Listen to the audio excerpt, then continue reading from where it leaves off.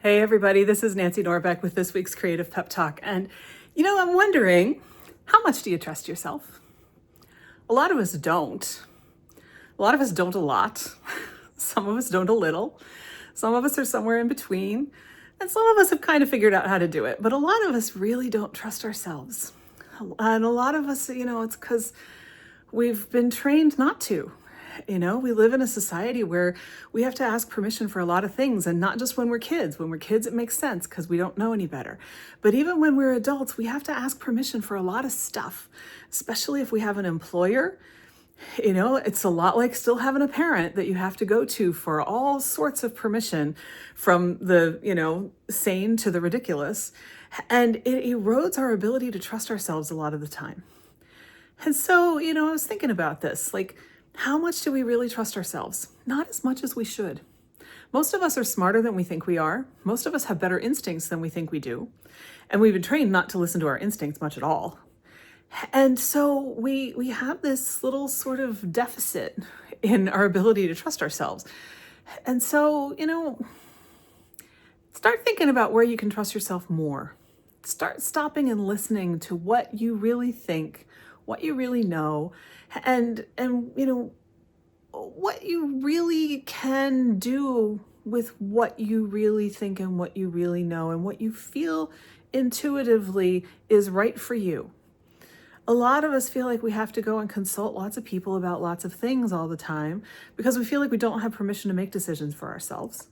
We feel like we don't know the right creative move to make or the right non-creative move to make. But the fact is, most of us can trust ourselves more than we think we can. So, I would really invite you to start, giving yourself opportunities to trust yourself just a little bit more than you do now, maybe 5% more than you have before, and see how that goes. And the more you try it, the more it'll come naturally to you. And hey, maybe we'll start a revolution in trusting ourselves.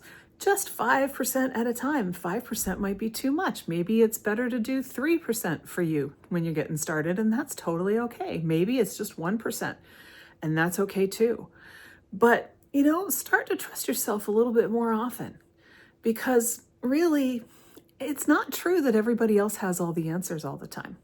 We have more of the answers than we think we do. And that's especially true when we're doing creative work, because nobody else can tell you what your book is supposed to be about, or your painting, or whether or not you should take that photo. You're the only one who can say that.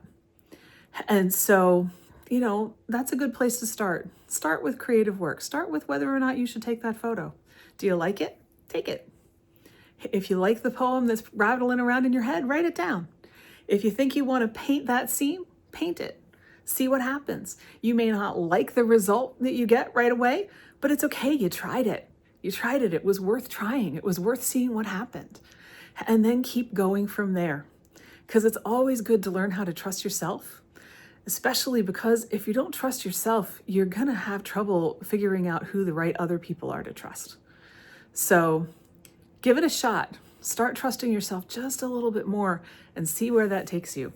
I suspect it will take you to good places. So with that, I will see you next time.